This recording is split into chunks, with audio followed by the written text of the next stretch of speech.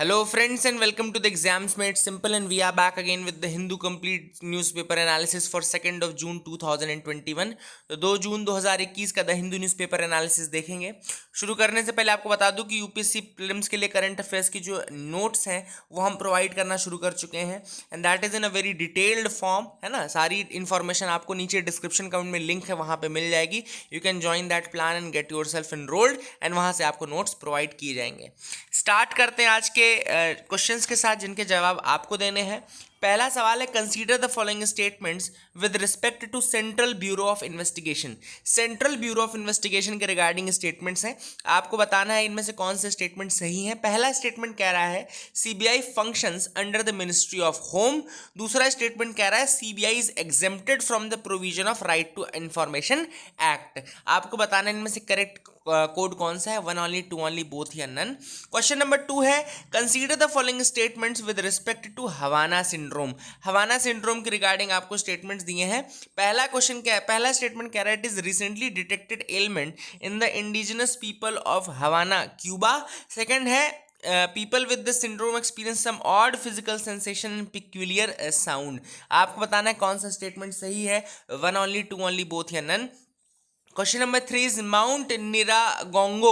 Mount Niragongo recently seen in news due to its volcanic eruption is located in. तो Mount Niragongo इनमें से कहाँ located है? Options are Africa, South America, New Zealand या Europe. तो 3 ये क्वेश्चन थे आज के। Please do try to answer these questions in the comment section below. और एक और चीज़ मैं आपको बता दूं कि जो करंट अफेयर्स का प्लान है, इसमें आपको ये जो क्वेश्चंस मैं प्रोवाइड करता हूँ, इसका एक कंसोलिडेटेड पीडीएफ भी last day of the month मैं प्रोवाइड करूँगा। तो जो लोग इस प्लान में एनरोल्ड उनको last day of the month ये पीडीएफ ही प्रोवाइड की जाएगी। तो that you will get from that, ठीक है ना।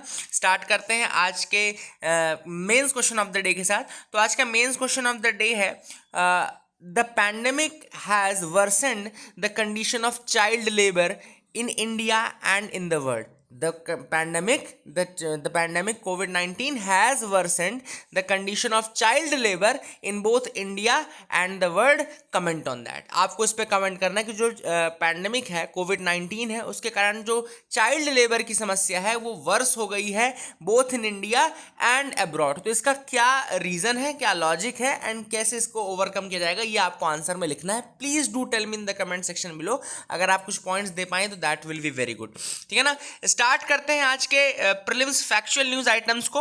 देखते हैं कौन कौन से प्रीलिम्स की फैक्चुअल न्यूज आइटम्स हमको डिस्कस करनी है। पहली न्यूज है सेडिशन के रिगार्डिंग। अब सेडिशन के रिगार्डिंग एक्चुअली सुप्रीम कोर्ट ने ये बोला है कि now we have to tell about the boundaries of sedition, मतलब कहाँ पे जाकर के सेडिशन या जो कहना चाहिए कि मनमर्जी गवर्नमेंट करने लगी in the name of sedition, उसके बीच में एक फाइन लाइन है जिसको क्रॉस कर देती है कई बार गवर्नमेंट या पुलिस उसको क्रॉस कर देती है।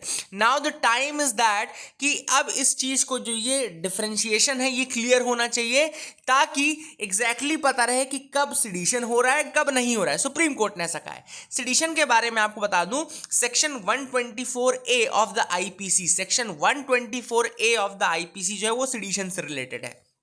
सेडिशन के लिए आईपीसी कहता है sedition is an offence committed when any person by words either spoken और रिटन, मतलब कि सेडिशन तब होता है जब कोई व्यक्ति शब्दों के साथ, या तो लिख के या बोल के, रिटन वर्ड्स या स्पोकन वर्ड्स, और बाय साइंस या किसी साइन के साथ, या किसी विजुअल रिप्रेजेंटेशन के साथ, यानी कि कुछ ऐसा अलग से कुछ दिखा रहा है, कुछ बोल रहा है, कुछ सिंबल दिखा रहा है, ठीक है ना। सो अदरवाइज ब्रिंग्स और attempts to brings into the hatred और कंटेम्प्ट, मतलब इन सभी माध्यमों से अगर वो हेट्रेड लाने की कोशिश कर रहा है, या कंटेम्प्ट लाने की कोशिश कर रहा है, या एक्साइट करने की कोशिश कर रहा है डिससेटिस्फैक्शन टुवर्ड्स द गवर्नमेंट, ठीक है ना, डिससेटिस्फैक्शन लाने की कोशिश कर रहा है लोगों के अंदर, कहना चाहिए कि एक तरीके से मतलब सरकार के खिलाफ एक बहुमत बनाने की कोशिश कर रहा है, सरकार के अगेंस्ट हेट्रेड फैलाने की कोशिश कर रहा है। सो that is covered under this sedition law, ठीक है ना। याद रखिएगा, ये स्पोकन वर्ड्स भी हो सकते हैं, रिटन वर्ड्स भी हो सकते हैं, साइंस भी हो सकता है, विजुअल रिप्रेजेंटेशन भी हो सकता है, या किसी भी अन्य माध्यम से ऐसा कुछ भी काम करता है, तो दैट विल बी सेडिशन। ठीक है ना। वैसे पहले रूलिंग्स में सुप्रीम कोर्ट ने ऑलरेडी ये भी कहा हुआ है कि सिडिशन तब तक नहीं होता जब तक वायलेंस नहीं है, ठीक है ना। वायलेंस अगर नहीं है तो सिडिशन नहीं होता, वायलेंस होना जरूरी है या वायलेंस के लिए इंसाइट करना जरूरी है, ठीक है ना। मतलब वायलेंस होना भी जरूरी है और वायलेंस के लिए इंसाइट करना जरूरी है। सुप्रीम कोर्ट ने already case by case basis पे ऑलरेडी ये चीज ऐड किया हुआ है, ठीक है ना, इसको याद रखिएगा। Dissatisfaction includes disloyalty and feeling of enmity. अब डिससेटिस्फैक्शन अगेंस्ट द गवर्नमेंट का मतलब क्या होता है? तो सिडिशन के लिए लिखा है डिससेटिस्फैक्शन अगेंस्ट द गवर्नमेंट, लेकिन इसका मतलब क्या होता है? तो डिससेटिस्फैक्शन अगेंस्ट द गवर्नमेंट का मतलब होता है डिसलॉयल्टी या फिर एनिमिटी की फीलिंग होना। डिसलॉयल्टी होना या एनिमिटी की फीलिंग होना, यह कहलाता है आपका डिससेटिस्फैक्शन, ठीक है ना। एंड कमेंट्स विदाउट एक्साइटिंग और attempting to excite hatred, hatred को एक्साइट करना, तो ये सारी चीज़ें हैं।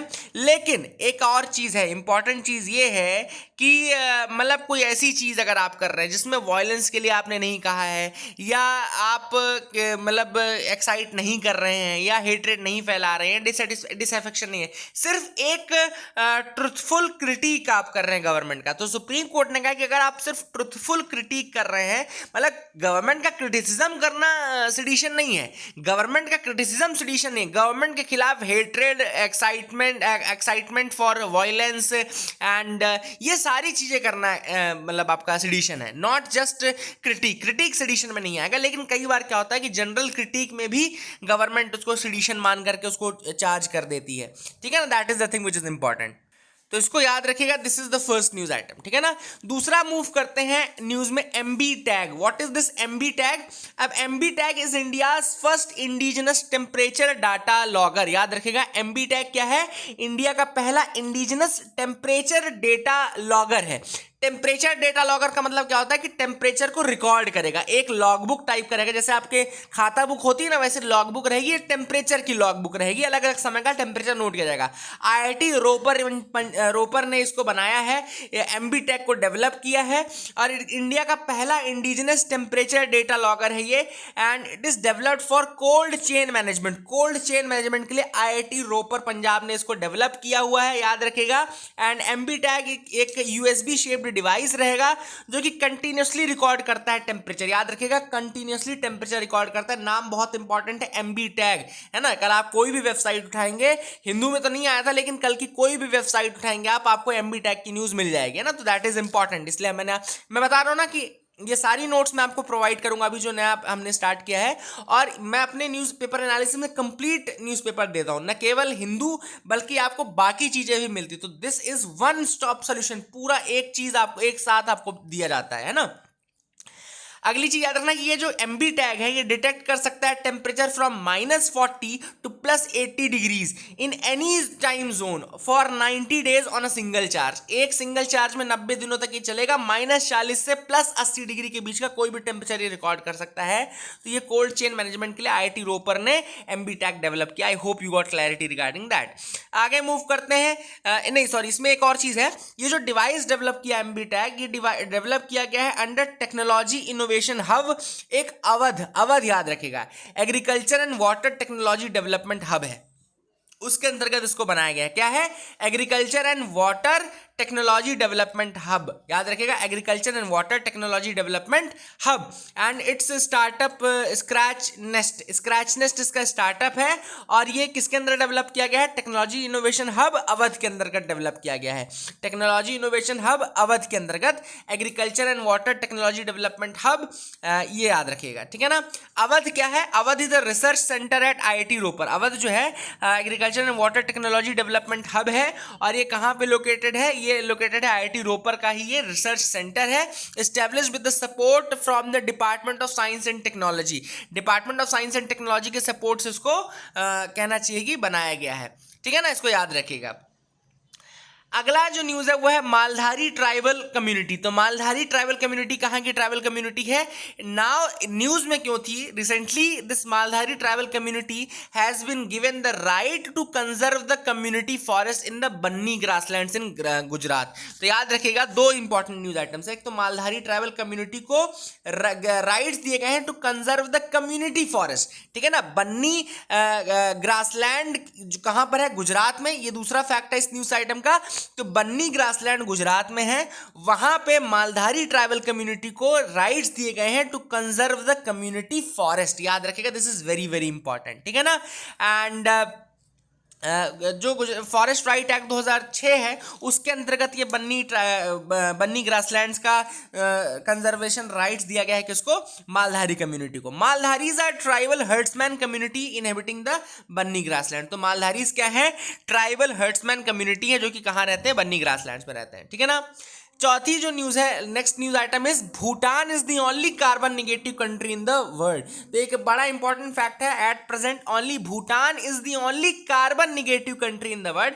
भूटान वो कंट्री है जिसने ग्रॉस नेशनल हैप्पीनेस इंडेक्स बनाया, ग्रॉस नेशनल हैप्पीनेस इंडेक्स बनाया, GNH जिसको बोलते हैं। And it has abandoned the economic growth as their compass. It is not using economic growth as their compass, rather they are using this environmental growth, ठीक है ना। तो ये लोग भूटान में इकोनॉमिक ग्रोथ को मेजर करने के लिए ये GDP वाला कंसेप्ट नहीं यूज करते, rather they use the concept of GNH and ये ग्रीन इंडेक्स, ये सारी चीजें यूज करते हैं। And it is the only country in the world to make such a switch and first country to become carbon negative. तो काफी important fact था, I hope you will remember this fact that it is the only country that is carbon negative. तो इसको याद रखिएगा, ठीक है ना। आगे फ्रंट पेज की एक और इंपॉर्टेंट न्यूज है, IMD increases monsoon rain outlook to 101%। अब IMD क्या है, इंडियन मीटरोलॉजिकल डिपार्टमेंट। कब बना था, 1875 में बना था। इसको आप ऐसे ही नोट कर लो, 1875 में बना था IMD, ठीक है ना। अब इसने कहा है कि 101%, 101% का रेनफॉल आउटलुक है इस बार का, ठीक है ना। तो अब थोड़ा सा मैं आपको इसके बारे में बताता हूं कि क्या होता है। Actually there is a long period average. एक रेनफॉल कहलाती है लॉन्ग पीरियड एवरेज, मतलब एक बड़े टाइम पीरियड का एवरेज रेनफॉल निकाला जाता है। तो एक्चुअली पहले जो ये टाइम पीरियड था ये 1951 टू 2000 था, 1951 टू 2000 था। तो तब उसकी एवरेज रेनफॉल आती थी 89 सेंटीमीटर, ठीक है ना। उसकी एवरेज रेनफॉल आती थी 89 सेंटीमीटर। अब जो नया लॉन्ग पीरियड एवरेज लिया गया है वो 1961 टू 2010 लिया गया है, 1961 टू 2010 लिया गया है। और अब जो लॉन्ग पीरियड एवरेज आया है वो 1 सेंटीमीटर कम, यानी कि 88 सेंटीमीटर है, ठीक है ना। याद रखिएगा 88 सेंटीमीटर लॉन्ग पीरियड एवरेज आ गया है, ठीक है ना। अब होता क्या है, देखो इसी लॉन्ग पीरियड एवरेज के ऊपर बाकी टाइप ऑफ रेनफॉल डिपेंड करते हैं, इसी लॉन्ग पीरियड एवरेज के ऊपर बाकी टाइप्स ऑफ रेनफॉल डिपेंड करती है। जैसे कि अगर नॉर्मल मानसून IMD बोलता है तो नॉर्मल मानसून का मतलब है कि rainfall 96 to 104% of long period average है। तो देखो ये जो 101% है ये इसी के बीच में आता है, 96 टू 104 के बीच में ही तो आता है ना, मतलब कि नॉर्मल मानसून का बोल रहा है IMD, ठीक है ना। नॉर्मल मानसून का बोल रहा है 96 टू 104% ऑफ LPA तक नॉर्मल मानसून है।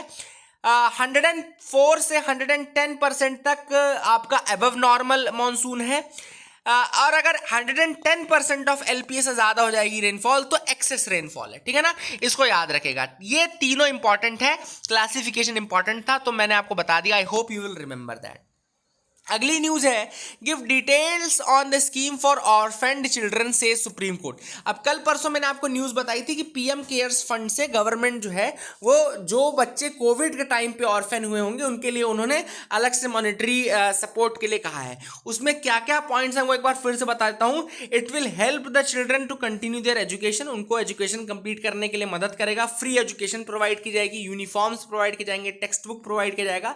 This scheme will also offer financial help for their higher education and each child, हर बच्चे को एक कॉर्पस दिया जाएगा 10 लाख का, which he or she would get on reaching the age of 23 years। 23 years की as पहुंचने पर इसी कॉर्पस ऑफ 10 लाख से पैसे दिए जाएंगे फॉर ईच चिल्ड्रन, ठीक है ना। तो ये स्कीम प्रोवाइड की गई है। Now the supreme court is saying that please provide the complete details and how it will be implemented, ठीक है ना। ठीक है, थ्योरी तो बहुत आपने दे दी, इन प्रैक्टिस इसको कैसे इंप्लीमेंट किया जाएगा, फाइनेंशियल सोर्स उसका कहां से आएगा और किस तरीके से आप इसको इंप्लीमेंट करेंगे, वो सारी सूचना गवर्नमेंट से मांगी जा रही है, ठीक है ना। तो I hope you will remember this. आगे देखते हैं मैप ऑफ द डे पे। अब आज का जो मैप मैंने लिया है वो मैंने आपको वैसे मेन डेनमार्क दिखाने के लिए लिया था।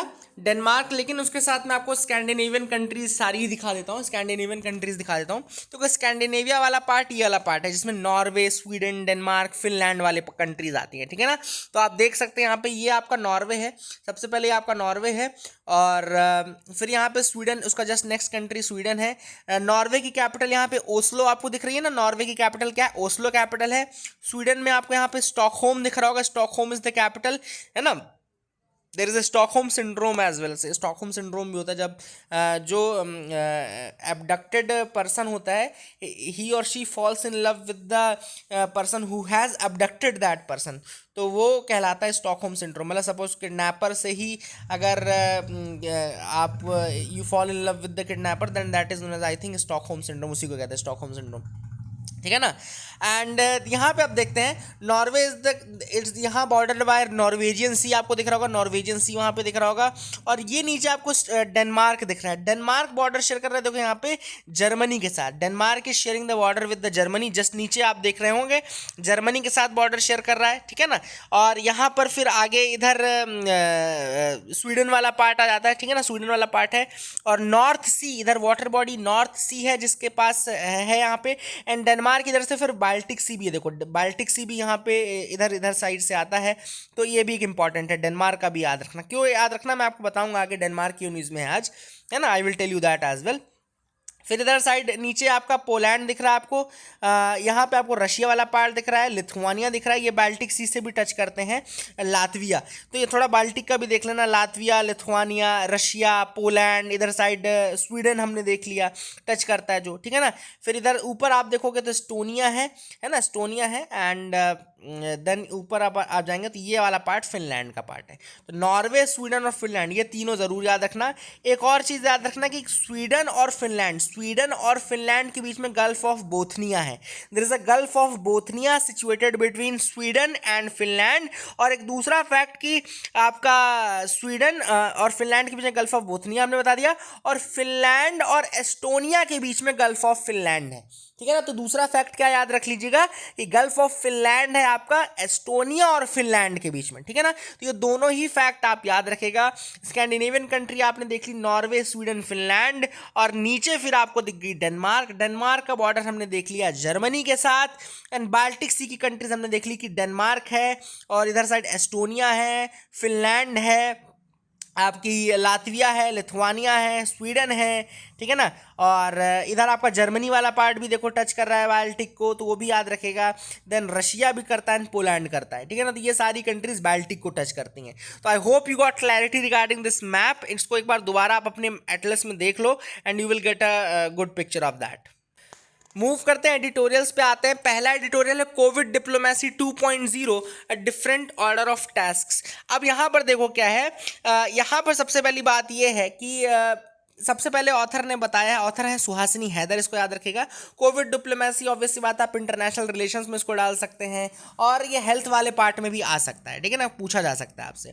सबसे इंपॉर्टेंट चीज़ ऑथर ने कहा है कि 2020 में जो हमारा फोकस था, जब हमने स्टार्ट किया था कोविड के खिलाफ, तो हम बहुत आगे थे उस समय, और इस समय हमने वंदे भारत मिशन चलाया था। वंदे भारत मिशन किस लिए था, ताकि जो इंडियंस अब्रॉड में हैं उनको हम यहाँ पर वापस ला सकें, ठीक है ना। फिर हमने इसमें एक और चीज़ की थी, export of covid medicine. First wave के दौरान हमने कोविड-19 की मेडिसिन भी काफ़ी ज़्यादा एक्सपोर्ट की थी। देन इसके अलावा हमारी वैक्सीन मैत्री चली थी, डिप्लोमेसी का पार्ट था वैक्सीन मैत्री, जिसमें हमने वैक्सीन्स प्रोवाइड की थी। लेकिन ऑथर ने कहा कि सेकेंड वेव आने के बाद जो कोविड डिप्लोमेसी है वो थोड़ा अपोजिट सेंस में चलेगी। कैसे? ऐसे चलेगी कि हमारे यहाँ वैक्सीन शॉर्टेज हो गई है। मैं बहुत जल्दी क्विकली आपको बताऊंगा कि किस तरीके से वैक्सीन डिप्लोमेसी चेंज हुई है। आप इसको नोट कर लो, इसी तरीके से इसको लिखना आपके, किस तरीके से वैक्सीन डिप्लोमेसी चेंज हुई है फर्स्ट वेव से सेकंड वेव में आने में। कैसे? फर्स्ट वेव में हम सारी चीज़ें भेज रहे थे, कोविड वैक्सीन हम भेज रहे थे वैक्सीन मैत्री के अंतर्गत।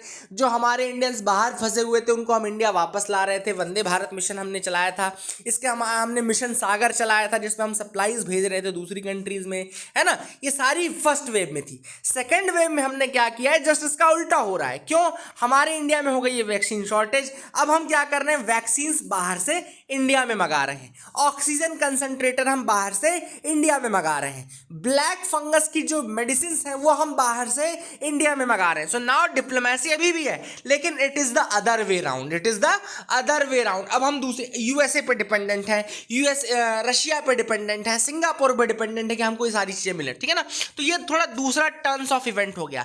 दूसरा जो मेजर चैलेंज है जो कि डिप्लोमेसी 2.0 में आएगा, वो मेजर चैलेंज है about finding the origin of this covid.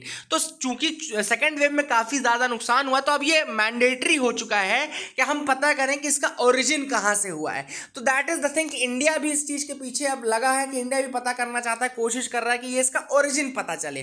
That is the necessity. ये दूसरा एक चैलेंज रहेगा मेजर। तीसरा गवर्नमेंट के लिए ऑथर का सजेशन ये है कि government should take a U turn on the policy, जिसमें उन्होंने ये कहा था कि स्टेट्स खुद निगोशिएट करेंगे purchase of US medicine, vaccine and all.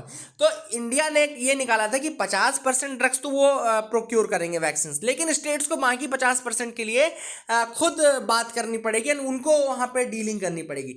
लेकिन यूएसए के जो मैन्युफैक्चरर्स हैं उनका ये कहना है कि भैया अगर आपको वैक्सीन चाहिए, अगर आपको मेडिकल सप्लाईज चाहिए, तो आपको हमारे साथ सेंट्रलाइज्ड ऑर्डर लेना पड़ेगा। सारे स्टेट्स के लिए सेंट्रलाइज्ड ऑर्डर लो और पेमेंट अप फ्रंट करो, मतलब पहले पेमेंट करनी पड़ेगी। तो यहाँ पे भी एक पॉलिसी चैलेंज है जिसमें हमको यू टर्न लेना पड़ सकता है इन द नेक्स्ट वेव। तीसरा जो चैलेंज ऑथर ने बताया है वो ये है कि यहाँ पर सबसे इंपॉर्टेंट चीज है कि अगली वेव्स भी आ सकती हैं, तो we have to get prepared for the next waves of the Covid also. तो थर्ड वेव के लिए भी हमको तैयार रहने की जरूरत है। This is what has been said by the author. Tracing the origin मैंने आपको बता दिया। चौथा जो हमारा डिप्लोमेटिक सबसे बड़ा फॉल आउट हुआ वो भूटान के केस में हुआ। भूटान के केस में इंडिया ने अनाउंस कर दिया कि वो 100% भूटान की वैक्सीन जो है वो इंडिया प्रॉमिस किया। उसके बाद हमने 5,50,000 वैक्सीन उनको प्रोवाइड की, कोविशील्ड की। तो भूटान ने उससे 93% पॉपुलेशन को पहला डोज कंप्लीट करवा दिया।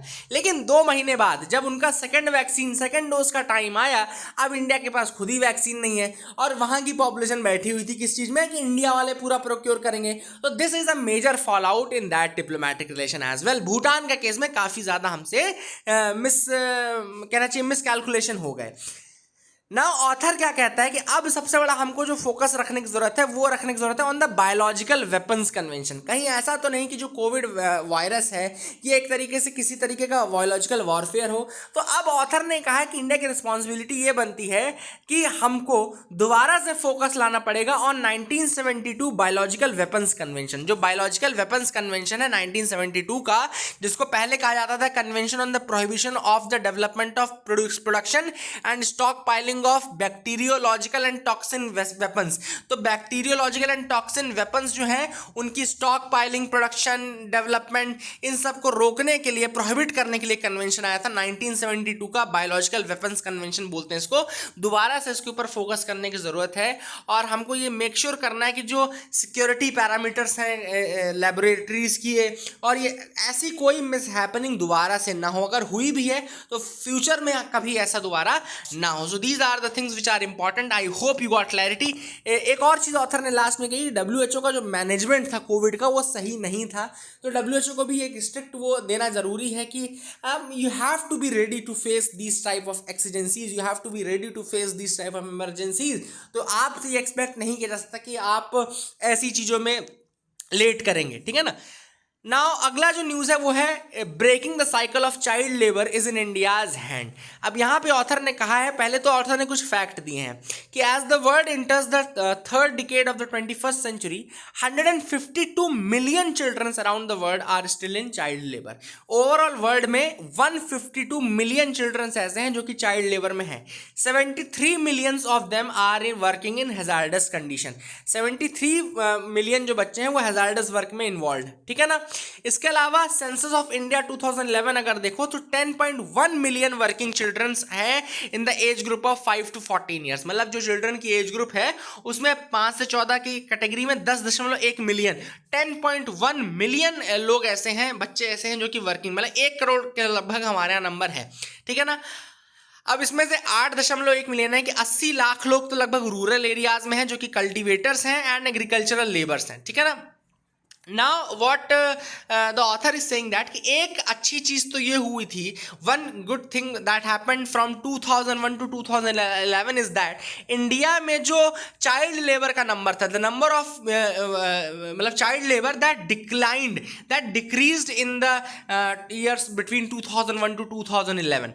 एंड ये दिखाता है कि हम कितना मतलब पॉलिसीज प्रोग्राम्स का जो इम्प्लीमेंटेशन था वो काफ़ी अच्छा हुआ। इनफैक्ट 2002 में आपने देखा होगा एजुकेशन के लिए चेंजेस किए गए, ठीक है ना। इसके बाद आपका राइट टू एजुकेशन एक फंडामेंटल राइट बनाया गया।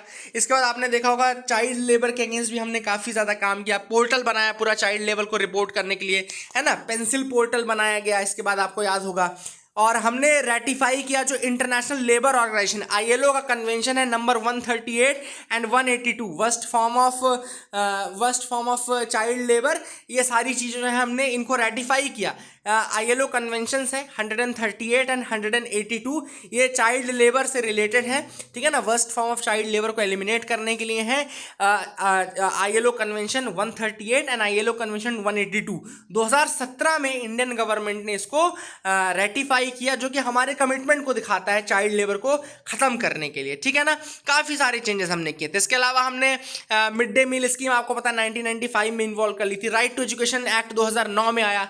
मनरेगा हमारा 2005 में आया था, है ना। तो ये सारी चीज़ें कहीं ना कहीं चाइल्ड लेबर खत्म करने के लिए।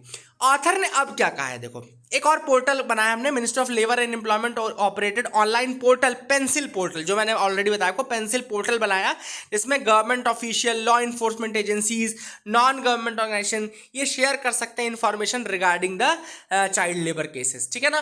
तो पेंसिल पोर्टल में वो चीज़ हो सकती है। अब ऑथर ने कहा है कि अब कोविड आने के बाद एक्चुअली दिक्कत ये है कि लॉकडाउन लगा, सब्सिक्वेंट लॉकडाउन से लोगों की कंडीशन है ख़राब हुई, लोग जो एम्प्लॉयमेंट में थे एम्प्लॉयमेंट के साइकिल से बाहर आ गए हैं। तो अब जो चाइल्ड लेबर का खतरा है वो और ज़्यादा बढ़ जाता है। क्यों? ऑब्वियस सी बात है, जब मॉनेटरी रिसोर्सेज नहीं रहेंगे तो ये बच्चों को भी इन्वॉल्व किया जाएगा। दूसरा जो रीज़न है उसका, ये रीज़न ये है कि जो बच्चे चलो गलती से पढ़ने लगे थे इस तरह गाँव के या इस तरह से वर्किंग क्लास के, अब कोविड आने के बाद वो they have again been dropped out from the education cycle. 2 साल से क्लासेस का ना लगना, स्कूलों का ना लगना, उनको दोबारा से स्कूल के साइकिल से बाहर कर देगा। And many will face the drop outs and all, ये सारी चीज़ें होंगी। तो for that reason author says कि जो ये चाइल्ड लेबर के केसेस हैं वो और ज़्यादा बढ़ सकते हैं। But everything is in our hand, ऐसी कोई चीज़ नहीं जो कंट्रोल से बाहर हो जाए। देयरफॉर ऑथर सेज कि हमको दोबारा से रिजुविनेटेड एफर्ट्स लगाने पड़ेंगे, न केवल मतलब उनकी इकोनॉमिक कंडीशन इंप्रूव करने में, बल्कि जो बच्चे हैं उनके ऊपर दोबारा फोकस करने में कि जो ये लेबर क्लास या कहने चाहिए एग्रीकल्चरल लेबर्स, इनकी कैटेगरी के जो बच्चे हैं इनको दोबारा से बिल्कुल अच्छे से एजुकेशन में इंक्लूड किया जाए। तो that will only be the solution for that. हमको प्लेज लेनी पड़ेगी कि 2025 तक, अगर हम चाहते हैं कि 2025 तक सस्टेनेबल डेवलपमेंट गोल यानी कि जिसमें चाइल्ड लेबर को एलिमिनेट करना है वो हम करना चाहते हैं, तो हमको काफ़ी ज़्यादा मेहनत करनी पड़ेगी। But that is in our hand. Government, unions, then civil society, इन सबको इंडिविजुअली एफर्ट्स लगाने पड़ेंगे, ठीक है ना। That is what the author is saying in this article. अगला आर्टिकल है what explains the surge in FDI inflows. अब यहाँ पर ऑथर का मैं बिल्कुल बहुत जल्दी, इकोनॉमी का आर्टिकल है, बहुत जल्दी और बहुत अच्छे से आपको बता देता हूँ। देखो, टोटल फॉरेन डायरेक्ट इन्वेस्टमेंट जो है इनफ्लो 2020-21 में वो $81.7 बिलियन दिखा। Total foreign direct investment inflows जो है 2020-21 में वो $81.7 बिलियन दिखा, जो कि 10% ज़्यादा था। It was reported recently by ministry of commerce and industries press release, ठीक है ना। ऑथर ने कहा है कि जो ये ग्रॉस इनफ्लो है, ग्रॉस इनफ्लो या ग्रॉस इन्वेस्टमेंट इतना ज़्यादा कैसे दिखाई दे रहा है। तो मैं आपको बता दूं, देखो यहाँ पे कहाँ से आर्टिकल, यहाँ से मेन है, ठीक है ना। जो ये ग्रॉस इनफ्लो इतना ज़्यादा हमको दिख रहा है, इसका रीज़न जो ऑथर ने दिया है वो है net portfolio investment. The net portfolio investment is the most important reason for increase in the gross inflow। जो ग्रॉस इनफ्लो गवर्नमेंट ने दिया 10% का इंक्रीज देखने को मिला उस ग्रॉस इनफ्लो में। तो गवर्नमेंट उसको अपनी सक्सेस बताती है कि हमारे हम सक्सेसफुल रहे, काफ़ी ज़्यादा हमारे इनफ्लो ज़्यादा हुआ, है ना, मतलब हमारे पास ज़्यादा पैसा आया फॉरेन इन्वेस्टमेंट। तो ये ऑथर ने कहा है कि इसका रीज़न है net portfolio investment. Net portfolio investment $1.4 billion 2019-20 से बढ़ करके $36.8 बिलियन हो चुका है 2021 वाले वाले पीरियड में। तो ये समझ लो $1 बिलियन से $36 बिलियन में हुआ है। मतलब कि 2526% का राइज देखने को मिला है हमको पोर्टफोलियो इन्वेस्टमेंट में, ठीक है ना। अब पोर्टफोलियो इन्वेस्टमेंट क्या होता है, मैं आपको बहुत अच्छे से टर्म्स में डिफाइन कर देता हूं। पोर्टफोलियो इन्वेस्टमेंट में क्या होता है, इसको हॉट मनी बोला जाता है। हॉट मनी क्यों बोला जाता है, क्योंकि ये आपके यहाँ के सेंसेक्स की कंडीशन को देख करके आता है। मतलब कि अगर आपके मार्केट की, आपके सेंसेक्स की कंडीशन अच्छी है तो ये आएगा और क्विक प्रॉफिट बनाने की कोशिश करता है इस पोर्टफोलियो इन्वेस्टमेंट में। ये एफडीआई जैसा नहीं होता, मतलब कि जो फॉरेन डायरेक्ट इन्वेस्टमेंट होता है उसमें क्या होता है कि पैसा आता है, वो आपके यहाँ टेक्नोलॉजी लेकर के आता है, लॉन्ग टर्म के लिए रहता है, मतलब वो ज़्यादा रिस्की रहता है, उसमें हो सकता है कि उसको लॉस भी होने लगे। लेकिन फॉरेन पोर्टफोलियो इन्वेस्टमेंट क्या होता है, आपके मार्केट की, आपके इक्विटी की कंडीशन देख करके आता है और वहाँ पे आकर के जल्दी से जल्दी क्विक गेन्स बनाने की कोशिश करता है, और जैसे उसको लगता है कि मार्केट डाउन जाएगा तो वो पूरा पैसा निकाल करके ले जाते हैं। तो एक्चुअली होता क्या है कि फॉरेन पोर्टफोलियो इन्वेस्टमेंट को इसीलिए हॉट मनी भी कहा जाता है, ये बहुत ज़्यादा रिस्की होती है। तो ऑथर ने वही कहा कि गवर्नमेंट को ये नहीं सोचना चाहिए कि ये उनकी सक्सेस है। इनफैक्ट 2020-21 के बाद से अगर हम बीएसई सेंसेक्स देखें तो दैट हैज़ डबल्ड, वो लगभग डबल हो चुका है। तो वो दिखाता है कि हमारे यहाँ का जो मार्केट है बहुत ज़्यादा वॉलेटाइल मार्केट है और अभी क्विक गेन्स बनाने के लिए पूरा पैसा आया है, और इसीलिए ऑथर ने कहा है कि इसको हम अपनी सक्सेस ना समझें, हम इसको बहुत ज़्यादा ये ना समझें कि ये मतलब कहना चाहिए कि एक्चुअली में तो एफडीआई जो है वो डिक्रीज हुआ है। एक्चुअल में एफडीआई जो है वो 2.4% डिक्रीज हुआ है। देखो यहाँ पे लिखा भी उन्होंने बताया है, ये देखो अगर नेट बेसिस पे देखें, द एफडीआई बाय इंडिया और outward FDI from India, direct investment to India has barely risen 0.8%, मतलब 2020-21 के टाइम पीरियड में बेयरली 0.8% है। एंड यहाँ पर अगर देखो तो डिसएग्रीगेशन बताता है कि direct investment to India has actually declined, direct investment to India has actually declined by 2.4%, ठीक है ना। डायरेक्ट इन्वेस्टमेंट टू इंडिया है एक्चुअली डिक्लाइन हो चुकी है 2.4%। यहाँ पर आपको ये चार्ट में भी दिख जाएगा, देखो आप चार्ट में देखो अगर तो डायरेक्ट इन्वेस्टमेंट टू इंडिया देखो ये -2.4% है, और ग्रॉस इनफ्लो जरूर प्लस मतलब 10% के बराबर है। तो एक्चुअली ऑथर का कहना है एक डिफरेंस आपको बना करके रखना पड़ेगा, ग्रॉस इनफ्लो बढ़ा है, ग्रॉस इन्वेस्टमेंट बढ़ा है, एफडीआई नहीं बढ़ा है। ग्रॉस इन्वेस्टमेंट बढ़ा है, ग्रॉस इनफ्लो बढ़ा है 10% से, लेकिन उस ग्रॉस इनफ्लो का जो मेन रीजन है, ग्रॉस इनफ्लो का जो मेन रीजन है वो पोर्टफोलियो इन्वेस्टमेंट है। ये देखो 2526% का इंक्रीज। और अगर हम एफडीआई बाय इंडिया देखें तो ये 13% घटा हुआ है, और नेट फॉरेन डायरेक्ट इन्वेस्टमेंट देखें, नेट फॉरेन डायरेक्ट इन्वेस्टमेंट तो ये 0.8% से बढ़ा है। नेट फॉरेन डायरेक्ट इन्वेस्टमेंट 0.8% से बढ़ा है, डायरेक्ट इन्वेस्टमेंट वैसे -2.4% हुआ है। तो ये आपको चार्ट देख लो, आपको समझ में आ जाएगा। तो मैंने आपको नेट फॉरेन पोर्टफोलियो इन्वेस्टमेंट का रीजन बता दिया। नेट इनफ्लो के अंतर्गत क्या क्या चीज़ें आती है मैं आपको भी बता दूँ। नेट इनफ्लो के अंदर दो चीज़ें आती हैं, देखो यहाँ पर लिखा है नेट इनफ्लो के अंतर्गत दो चीज़ें आती हैं। पहला है डायरेक्ट इन्वेस्टमेंट टू इंडिया, और फिर उसके अलावा है रिपैट्रिएशन या डिसइन्वेस्टमेंट, ठीक है ना। रिपैट्रिएशन का मतलब क्या होता है, जैसे बाहर कोई व्यक्ति काम कर रहा है, सपोज बाहर कोई व्यक्ति काम कर रहा है, मैं सपोज एक इंडियन हूँ, बाहर काम कर रहा हूँ जापान में, तो मेरी करेंसी येन रहेगी। अब सपोज मैं जापान से वापस इंडिया आ जाता हूँ, सपोज करो मैं जापान से वापस इंडिया आता हूँ, और जब मैं वापस आ रहा था तो मेरे पास वहाँ काम करके 10,000 येन थे, 10,000 येन थे। अब मैं उन 10,000 येन्स को क्या करूँगा, रुपीज़ में कन्वर्ट करवाऊंगा। तो रिपैट्रिएशन का इकोनॉमी में बिल्कुल यही मतलब है, इसके अलावा आपको इससे आसान तरीके से कोई नहीं समझा सकता। मैं रिपैट्रिएशन का मतलब आपको बता रहा हूं। सपोज मैं एक लोकल इंडियन हूं और मैं जापान में काम कर रहा हूं, येन करेंसी है मेरे पास, और मेरा काम वहां जब तक कंप्लीट होता है तो मेरे पास 10,000 येन आ जाते हैं। Now what I will do is that कि इंडिया आने से पहले मैं उन 10,000 येन्स को किस में कन्वर्ट करूंगा, रुपीज में कन्वर्ट कराऊंगा। ऑब्वियस सी बात है, इंडिया में तो येन देके मैं चाट पकौड़े नहीं खा सकता हूं, मैं पैसे दे करके चाट पकौड़े खा सकता हूं, रुपए दे के खा सकता हूं, तो मुझे वो रुपए में कन्वर्ट कराने पड़ेंगे। और वो जो है वो येन को मैं रुपए में कन्वर्ट करा करके जब वापस आऊंगा तो ये मनी का रिपैट्रिएशन कहलाता है। मतलब जब फॉरेन करेंसी को हम अपनी लोकल करेंसी में कन्वर्ट करके वापस इस अपने लैंड में आते हैं, that is known as the repatriation in economy. I hope you got clarity, आपको समझ में आ गया होगा। तो this was the net portfolio investment debate which I discussed. आगे मूव करते हैं, न्यूज़पेपर एनालिसिस की तरफ आते हैं, देखते हैं क्या इंपॉर्टेंट है। और अब यहाँ पे ब्रिक्स के एक्सटर्नल अफेयर्स मिनिस्टर्स की मीटिंग हुई थी जिन्होंने कोविड के ऊपर ही डिस्कशन किया है। याद रखिएगा ब्रिक्स के फॉरेन मिनिस्टर्स की पहली जो मीटिंग थी वो 2006 में हुई थी न्यूयॉर्क में। याद रखिएगा BRICS foreign ministers first met in New York in 2006 and India is the chair of BRICS for 2021। India जो है वो ब्रिक्स 2021 का चेयर है। याद रखिएगा this is another important thing, India is the chair of BRICS for 2021 and इसी साल organisation जो है it is completing the 15 years of its existence. तो ब्रिक्स अपने 15 ईयर्स कंप्लीट करने वाली एग्जिस्टेंस की, ये भी याद रखिएगा, this is the thing which is important, ठीक है ना। और new chief at Andaman and Nicobar command lieutenant general Ajay Singh has assume the charge. तो new chief at the Andaman and Nicobar command याद रखिएगा lieutenant general Ajay Singh. Now DM act is of 2005 vintage was first enforced during the pandemic. अब देखो यहाँ पे क्या हुआ है, अल्पन बंदोपाध्याय, आप सबको पता होगा ये चीफ सेक्रेटरी थे in the West Bengal government, जो कि 31 मई को रिटायर होने वाले थे। इसके पहले मैंने आपको बताया था गवर्नमेंट ने एक ऑर्डर दिया है, 28 मई का ऑर्डर था कि इनको मतलब एक मीटिंग होनी थी पहले, है ना, regarding the cyclone which was going on that time, ठीक है ना, साइक्लोन चल रहा था और एक मीटिंग होनी थी जिसमें कि चीफ सेक्रेटरी नहीं पहुंचे, चीफ सेक्रेटरी का नहीं पहुंचना था, नहीं पहुंचे। And now the government what it did is that कि इन्होंने 28 मई को ऑर्डर निकाला सेंट्रल गवर्नमेंट ने कि आपको हम क्या करते हैं डेपुटेशन पे बुला रहे हैं दिल्ली में 3 दिनों के लिए, ठीक है ना, केवल 3 दिनों के लिए बुलाना था इनको, ठीक है।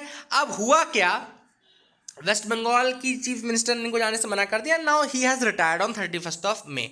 अब क्या है, गवर्नमेंट ने इनके अगेंस्ट एक्शन लिया है in section 51 of the disaster management act. Disaster management act का सेक्शन 51 बोलता है इसमें 2 साल तक की पनिशमेंट है, ये भी याद रखेंगे। Maximum punishment disaster management act के 51 सेक्शन के अंदर 2 साल तक की पनिशमेंट है, जिसमें ये कहते हैं कि अगर कोई गवर्नमेंट ऑफिशियल रिफ्यूज करता है to comply with the direction given by the central government, कोई government official refuses to comply with the directions given by the central government, then the disaster management act of 2005 कहता है कि ये punishment invoke की जा सकती है। पहले तो 1 साल तक की जा सकती है, लेकिन अगर लॉस ऑफ लाइफ और ये इन्वॉल्व है तो 2 साल तक की पनिशमेंट दी जा सकती है, ठीक है ना, फॉर रिफ्यूजिंग टू कंप्लाई। अब इसमें जो मीरन चड्ढा बोरवांकर है, former DG of BPRND, I have met her, she is a wonderful soul and she is brilliant.